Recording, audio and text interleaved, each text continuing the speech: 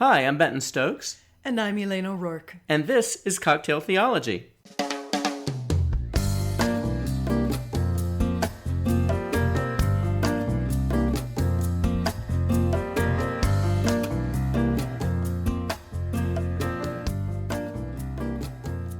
Hi there.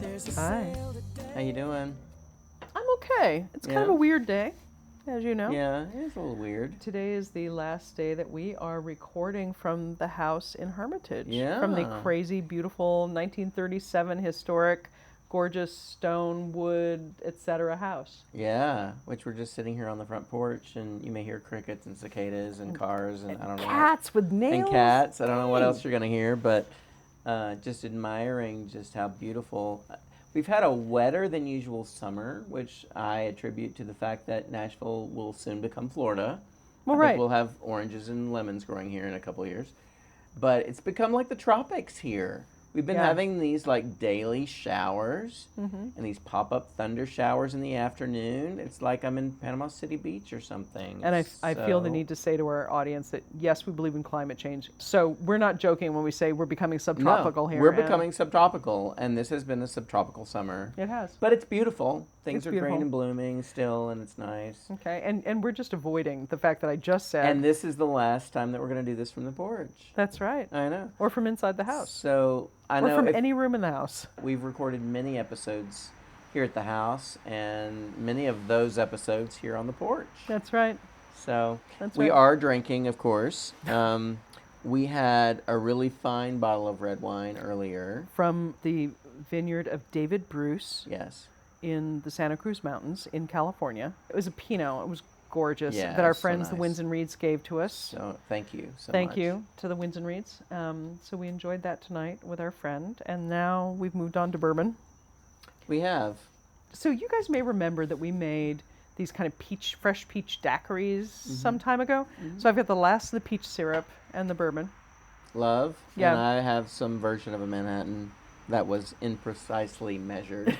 Well, yeah, because we don't. So what's happened is, and just so you all understand what's going on, is so that my family is moving to California, to the San Francisco Bay Area, particularly Silicon Valley area, San Jose. And so we're recording from the porch because there's a huge echo in the house. There really because is. There's nothing in there anymore. Yeah. And so, so we're moving.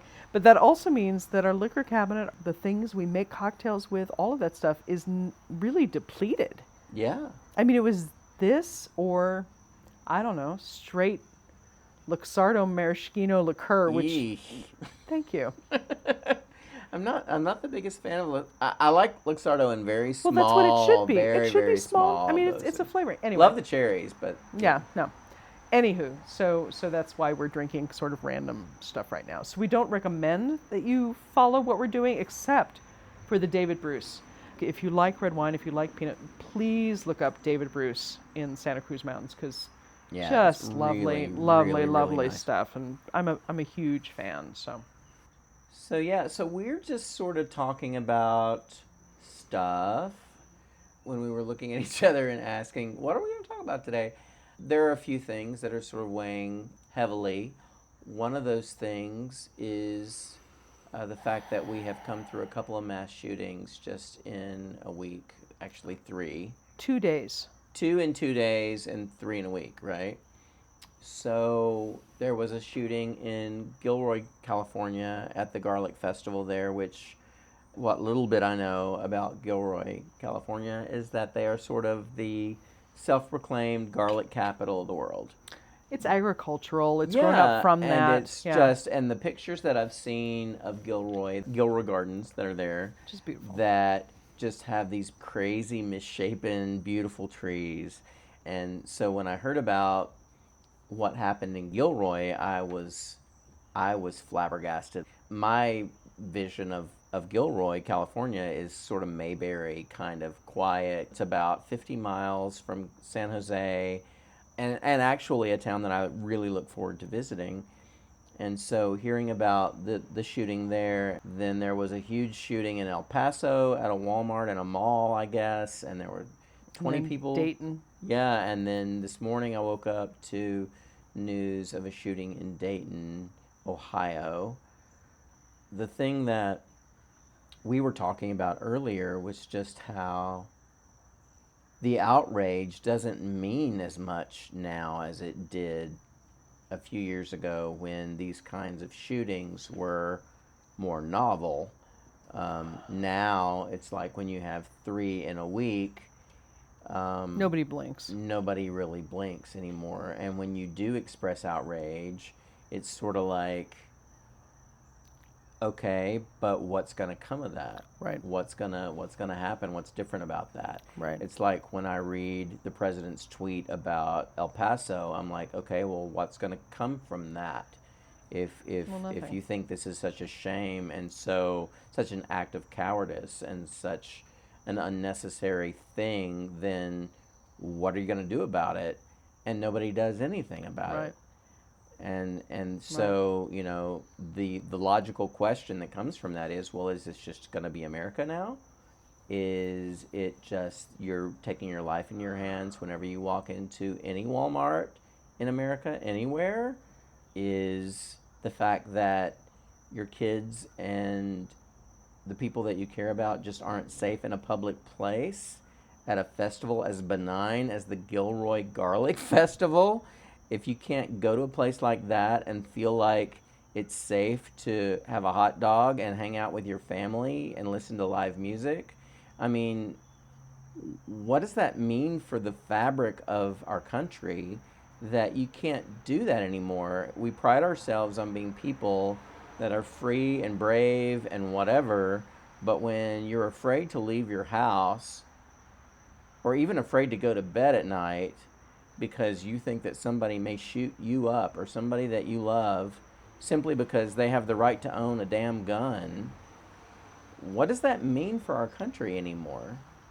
And then for us who call ourselves Christians or followers of Jesus, and Jesus, of course, would be incredibly appalled. I don't think anybody could objectively read the Gospels and think that Jesus would be okay with any of this. What does it mean for those of us who are followers of Jesus to sit back and not do anything or even say, yeah, well, but we have the right to own a damn gun? What does that say about us as followers of Jesus? And is Right. that okay? Right. Just because our country says it's okay, is it really okay? Right. Right. You raised some great points. Let me just name the points really quickly. So going back to that very end piece, as followers of anybody, we have to think about the difference between what the law says we can do and what we should do. Yes, right. And that doesn't matter whether we're followers of Ayn Rand or we're followers of Jesus. There is a distinction between law and personal holding. Yes. So there's that.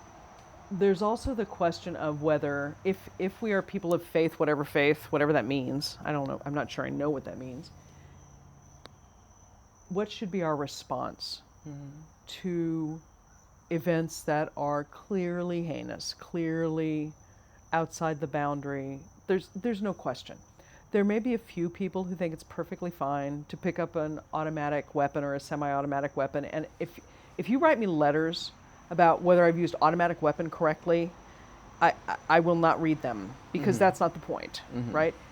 The point is, if you think it's okay to do this, you are beyond the pale of civilized society, and I would say you are simply not a person of faith, period. End of sentence. I don't Agreed. care whether you think you're Buddhist or Muslim or Christian or whatever. Right. If you think it's okay to do that, what that actually means is you are a person who is outside the boundaries of humanity. Yes.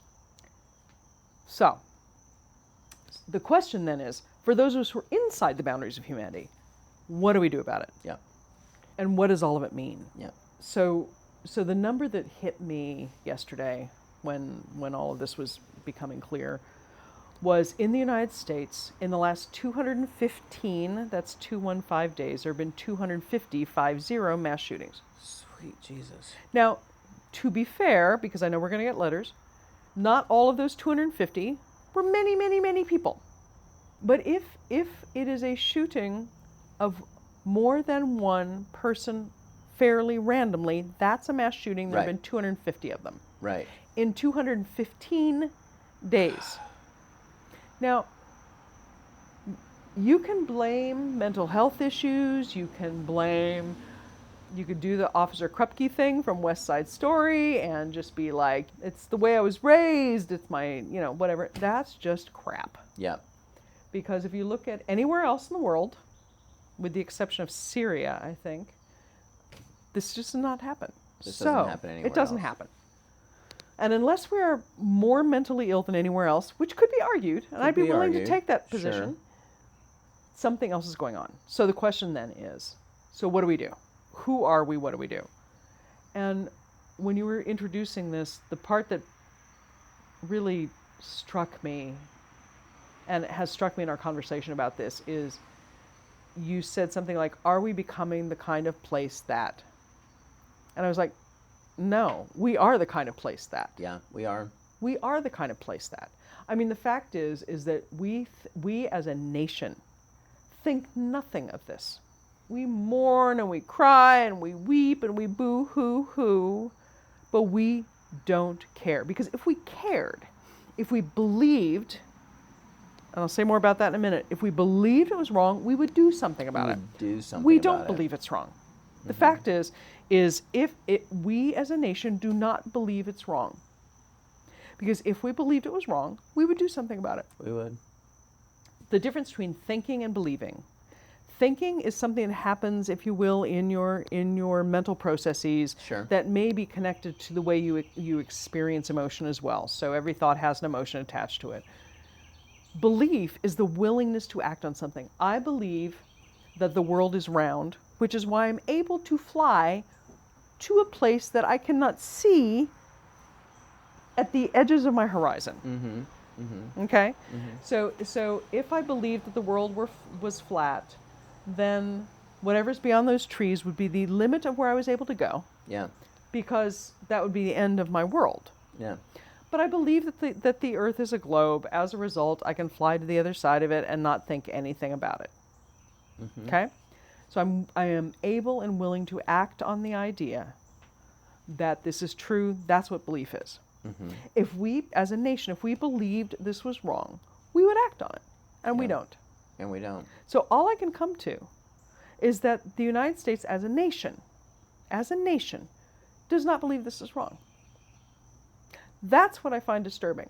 It's incredibly disturbing. And what I find disturbing about that is not just that it's intellectually repugnant, but that it says something about the spiritual sickness of the society. And do not tell me it's because we have people who aren't Christian. Mm-hmm. Do not tell me it's about which particular sect you belong to. Right. If you can believe that it's really sort of okay that somebody can pick up a gun, pick up a semi-automatic or an automatic or whatever you want to call it, I don't care, it's irrelevant to me, and go in and shoot up 20 people for no other reason than you feel mad at the world today, boo-hoo-hoo, and we don't change anything about it, that means we don't think it's wrong. We really don't care. We really don't think it's wrong. Mm-hmm. And don't tell me about the NRA and their power. Don't tell me about the politics. Don't tell me about that. Mm-hmm. If you vote in somebody who thinks it's okay that this happens, who's unwilling to take action on it, it is on you. Yep. Or on me. It's absolutely on us. So I think that the thing about this whole thing, aside from the tragic, and I mean truly tragic human loss, and the fact that our nation seems to actually not care very much and is willing to tear down people who are trying to make changes about that. What it really says is just how incredibly sick our notion of Christianity is. So for me. Incredibly sick. That's the part that for me as a person in the kind of role that I live, in the kind of way I think about God, that just, I don't know how to say this without sounding incredibly callous. Because I believe that the continuity between this physical world and the non-physical world is actually pretty fluid. And because I believe that after death, people do not then suffer the pangs of their death. Yeah. Death in and of itself is really not frightening to me. Right. I feel the same. the grieving of people who have lost people means a lot Yes. to me. I don't know how to put this in a good way, so it's just going to come out the way it is. 20 people died, say. Setting aside their personal suffering during the dying, setting that aside for the moment. Assume they all just die at a moment. Mm-hmm. That's still however many people who are losing them. Yes. It's not about them. Right. It's about the damage that is done to everybody around them. Everybody else. Uh-huh. So that your kid, you don't want your kid going to whatever festival, you know? Right. And the thing that strikes me about all of this, and the thing that really just gets me, is, people of color have been dealing with the random killing of their communities at any time, Mm-hmm. for any reason, since the end of the Civil War. Clearly, we don't care. Clearly, we don't care. And it's just now people are like occasionally upset because, some white people get killed. The whole thing is so appalling to me. And every time, I had a friend, I used to have a friend, I feel confident we're not friends anymore, where I was complaining about something, one of the mass shootings, I don't know, 4 or 5 years ago. And I said flat out, look, your right to bear arms ends at my right to stay alive. Yes. Period. Right. Your right to bear arms does not overcome this. Mm-hmm. And the person was ranting. I said, you can't, I'm being honest, you cannot convince me otherwise. If you think it's okay, because you want a rifle, it's okay for my child to get shot walking down the street. I don't buy it. Now, that's a political argument, and it's a human rights argument. But as a Christian, as somebody who follows Jesus, Mm-hmm.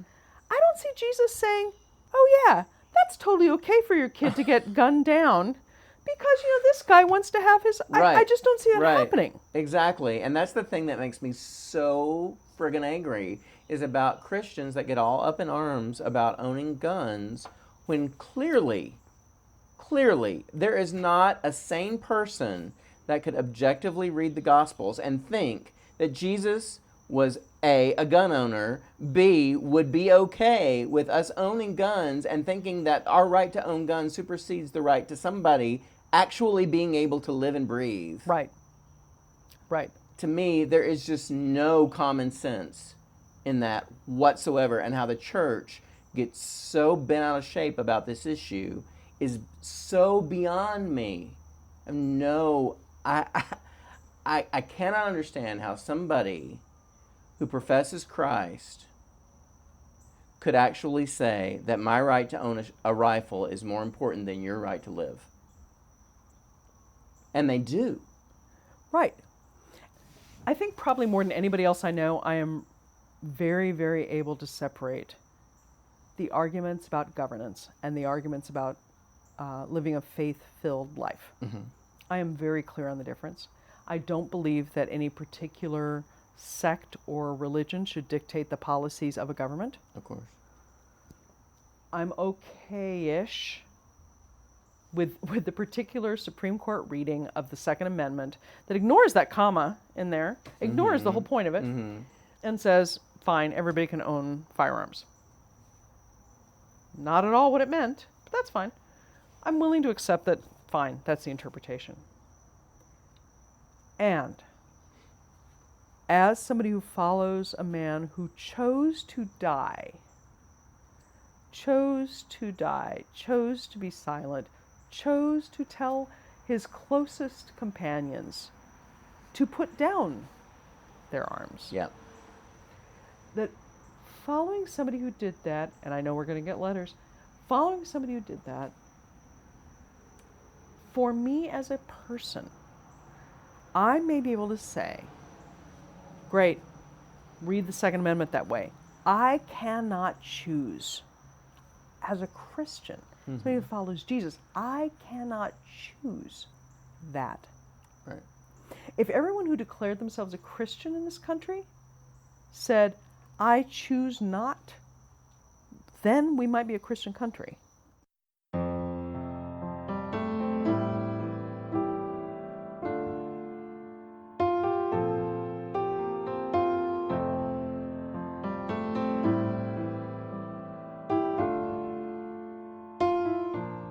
setting aside for the moment the clear fact that people in the United States, by and large, do not care about this. We get outraged for a moment, just like we might get outraged that Game of Thrones ended in a particular way. Mm-hmm. And then we forget about it and we move on. Mm-hmm. So we clearly don't care. We clearly don't believe it's wrong. That's a better way to put it. Mm-hmm. Setting that aside for the moment, the question becomes for me, how do I, as a follower of Christ, live my life? How do I do that? And for me, it not only means that I don't pick up a semi-automatic weapon and kill people at a festival. It also means that I try to prevent that from happening to others. Yeah. I try to prevent that. That I go to the cross to prevent other people from going through that because I think it's wrong. Because I believe that there's something wrong in that. And not because of the people who died, but because of the people who didn't. Right. So how do we, how do you, how do I, how do our listeners, how do we live out what we profess in the context of believing that a civil government operates somewhat differently? For example, I completely believe, and have put my body on the line for this, I completely believe that a woman's right to choose abortion is a healthcare issue. A mental health, physical healthcare issue, period. There should be parameters around that. If the embryo / fetus / child, depending on where you're talking about, if it can live outside the female's body, then we have a responsibility to deliver it in a way that can live outside the female's body. Agreed. That, for me, is a civil issue. Whether any particular person chooses to have an abortion or not, that's a faith issue, or whatever issue. I think that I know that we can hold, this is what we should have as a civil society versus this is what I think I should do, or what I think others should do, but that's not my job. It's not my job to control others in a civil society. It comes to that. Because we can just look at these guys, and they're by and large men, by and large white, who pick up guns and gun down people because, I don't know, they're whining about something, or they've lost their minds in theory, but I don't know. So many people have lost their minds that at some point it's not losing their minds anymore. Yeah, you can't say that anymore. We can decry that, but the issue is if we as followers of Jesus are saying, well, that's wrong, but this one step back from that is perfectly fine. The fact is, if we want a society where abortion is rare, where mass shootings are rare, we can create a society where abortions are rare and mass shootings are rare. There are ways to do that that don't step on anybody's rights. Right. And actually increase everybody's rights. We're unwilling to do that. We are unwilling to do that. Because doing that means taking power away from people that have power. And distributing it more evenly among all of us. Do you mean socialism? Possibly I mean socialism. Really? Possibly. And wait a minute, you were born and raised in Tennessee, right? I actually was. But I just feel like that's the kind of society that Jesus would create. If Jesus wanted to create a society. Right. When Jesus walked the earth, he wasn't interested in creating a society. He was subversive. But I think that if he had any interest at all in creating a culture, it would be more like that, right? Well, wait a minute. I hear you. I think Jesus wasn't interested in holding a position in the civil government. But I think he was absolutely interested in creating a culture and creating a society. He gathered people around him. He was interested in motivating us to create a culture. No. He gathered people around him. He taught them how to behave with each other. True. He taught them how to behave with other people. He taught them the basic ethical mores. He taught them all of these other things. Right. That's what society is.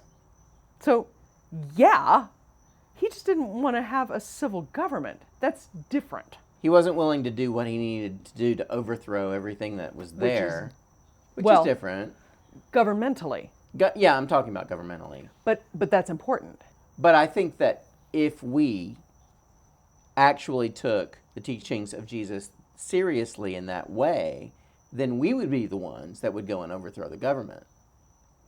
Okay. Now, all right. So at this point, I have to back up just a little bit. And I'm feeling a little uncomfortable with what you just said. Okay, tell me how. Now, I confess that as someone who has been accused of trying to overthrow the government in very minor ways. No, that's a whole other story. I admit that when you say that, I think about violent revolution. That's not what you mean. That's not at all what I mean, no. Okay. So say more about overthrowing the government without violent revolution. Well, because, in the way of Jesus wasn't a violent guy. I mean, like you pointed out earlier, Jesus told people to put their weapons away. Like, put that away. Peter, put the sword away. This is not what we're doing here. That's not what we're here to do right now. I think that that's not at all the way Jesus would want us to go about that. Okay.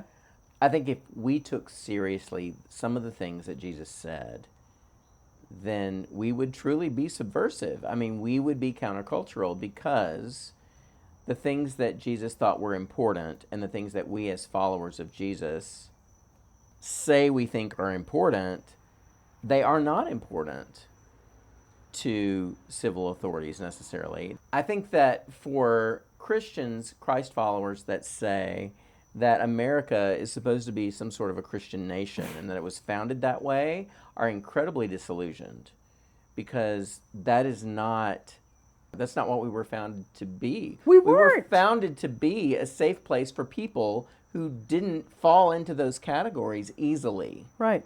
I mean, yes, there were people who came here from other places to seek refuge because of their faith, of course. There were also other people who came here to seek refuge because they had no faith.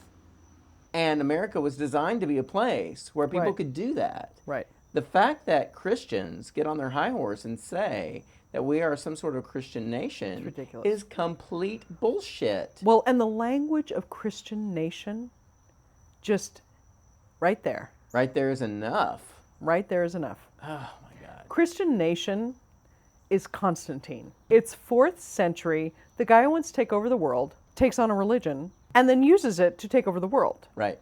That's what Christian nation comes from. It does not come from Jesus. No. It doesn't come from even No. Paul. And that's the thing. Jesus didn't come here to create a nation.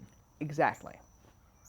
And I think that's what I mean when I say that. Yes. Is he created, like, what Jesus put forth was more of a philosophy and a mindset and a way to approach living not only as a person, but also with your neighbor, and what that means. How do you treat each other? What does that look like? And unfortunately, many Christians would label that communism or socialism and say that that is not of God or that is not of America. But that is clearly what Jesus was talking about. Well, taking care of each other. Well, and set aside even that. Nobody facing a Roman army who chooses to be crucified is a guy who is saying, let's all go pick up our semi-automatic weapons and shoot those who disagree with us. Or Right. allow those that we like to go ahead and shoot up other people. Yeah. Clearly.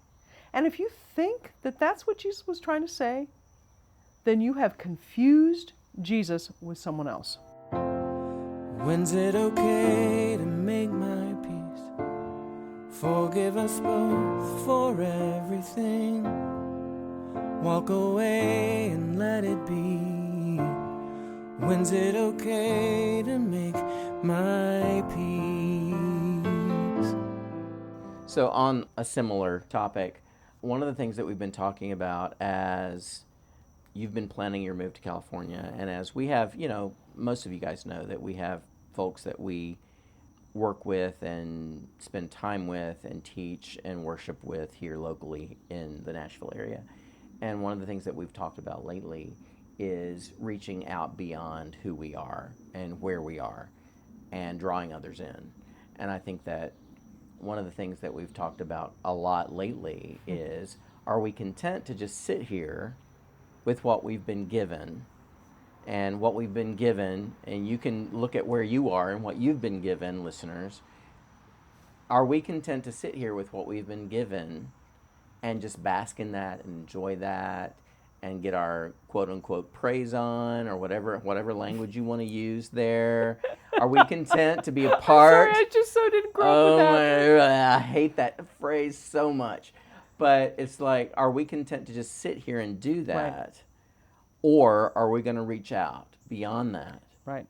to share with others the things that we are learning, the things that we are enjoying, the ways that we are connecting with each other and with God? Are we content to keep that to ourselves? Or are we going to share that with other people?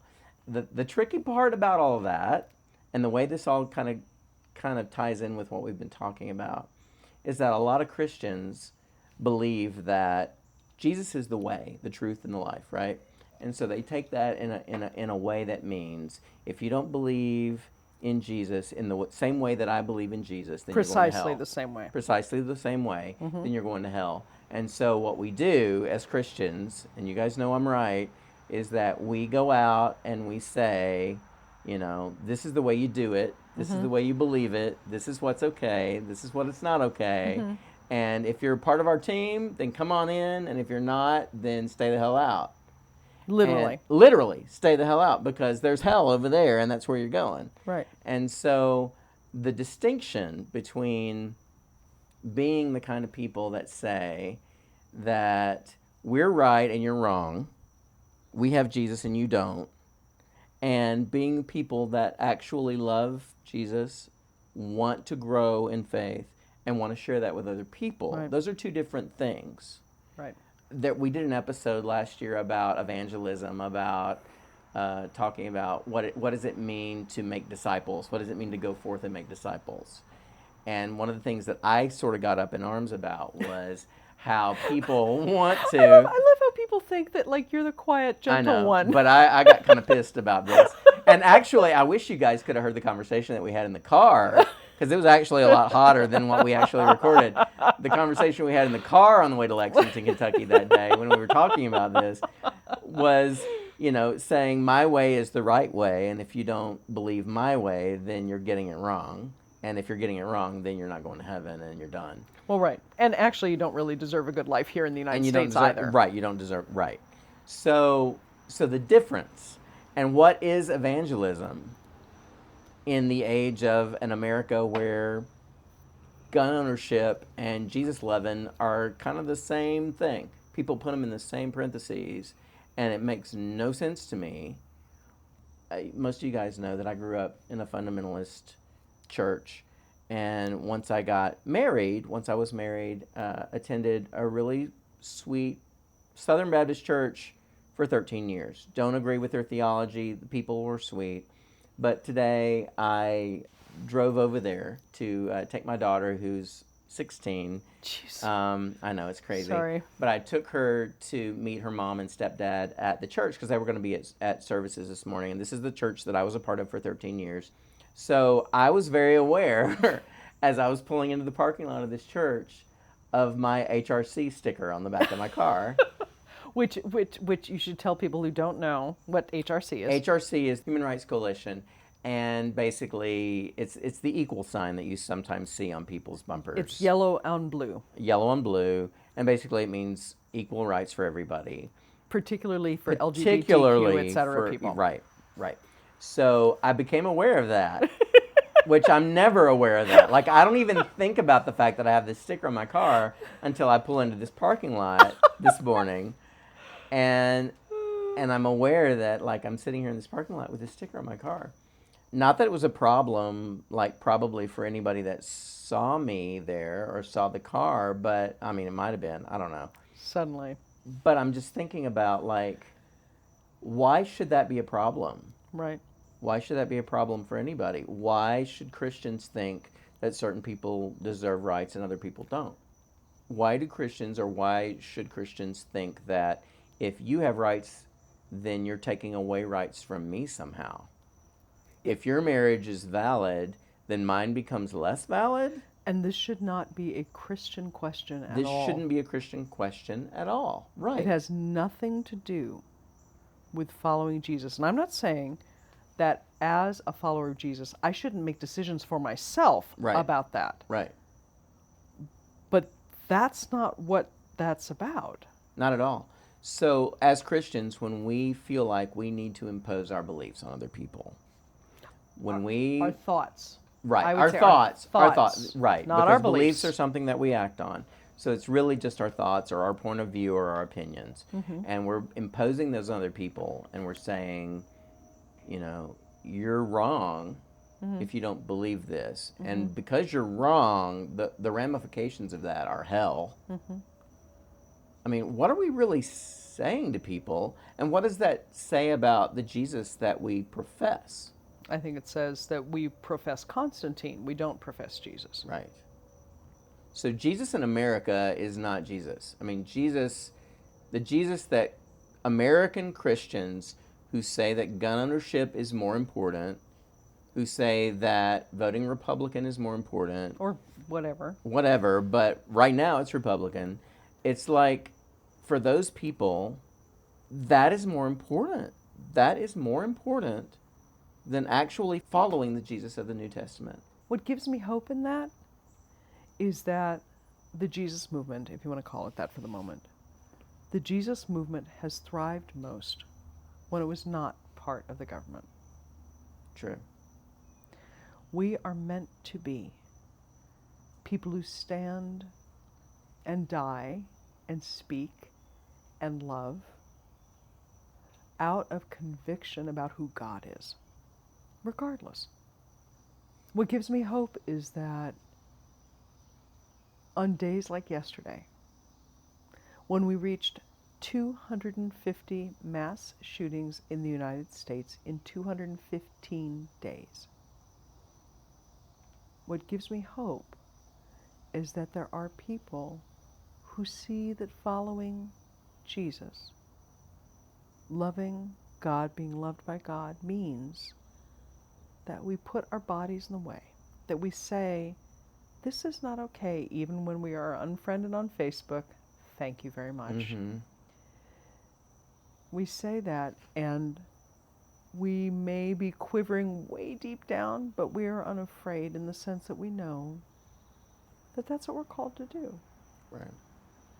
We are called to go to the cross for goodness and righteousness, not rightness, righteousness. That's what gives me hope. What gives me hope is that all of the 12 named disciples came to really ugly ends. Yeah. And, you know, I hate pain. I am really not good with pain. But what gives me hope is that my calling is to speak. My calling is to stand. My calling is to say, this is not okay. You can be mad at me. And what gives me hope is that it isn't just you and me and our listeners. It's people who've never heard of us around the world who are saying, you can have that law if you want, but we're not participating in it. That's not what we're doing. And we're not doing it in order to change that. We're doing it in order to change hearts. Right. We're going to change minds and hearts. Yeah. What I would hope we do, whether we follow Jesus or not, whether we, if we value the fact that there are many, many, many, many, many people in the world today grieving because they lost someone yesterday needlessly. Right. Whether it was in a mass shooting, whether it was in our lack of desire to distribute pharmaceuticals, or whether it was because somebody drove by and was trying to claim their territory and shot somebody else, or whether it was because, you know, a police officer couldn't control his gun and shot a woman in the chest instead of shooting her dog, which I read about today. No matter what that is, what gives me hope is every time somebody who loves speaks, acts, moves, comforts, stands up, not for their rights, not for their desires, but for goodness and truth and righteousness. Every time somebody does that, it gives me hope. Every time. Yeah. For me, what that means is that as somebody who wants to give hope, as somebody who wants to take what I have gained and care about and have learned from much wiser people than I, and through my own experience and through discipline and being in relationship with God, is that it means that when I see something that is life-destroying, I name it. Yeah. This is life-destroying. Not you have killed somebody, but life. That the whole richness of being human and divine all at once. This is life-destroying. And this is life-giving. And I will always choose the life-giving. Yeah. And I pray sincerely that all of our listeners choose life-giving. Yeah. And carry on giving life and hope and decency and stand up and put their bodies in the way for others, which is what Jesus did. And we have so many opportunities to choose that. Yep. Every single day. Yeah, we do. Every single day. Friends, normally we ask you, to listen to us, send us notes, do whatever, contribute, go onto our Patreon site, give us money, send us emails, whatever. I want to ask you to take just a moment after you listen to this, and when we get to the end of this and you hear the fade out music, to take a moment before you go on to anything else and decide how you will put your body in the way today and how you will give hope. Those are usually the same thing. And it doesn't have to be big, but it has to be clear. Yeah. If you will do that, then our work is fruitful. Agreed. And if you do it, let us know. We'd Yeah. love to hear from you, because we need hope too. Thanks for listening, people. Thanks for listening. Hey, enjoy the fade out music. It's awesome. Here it comes. Bye. Bye.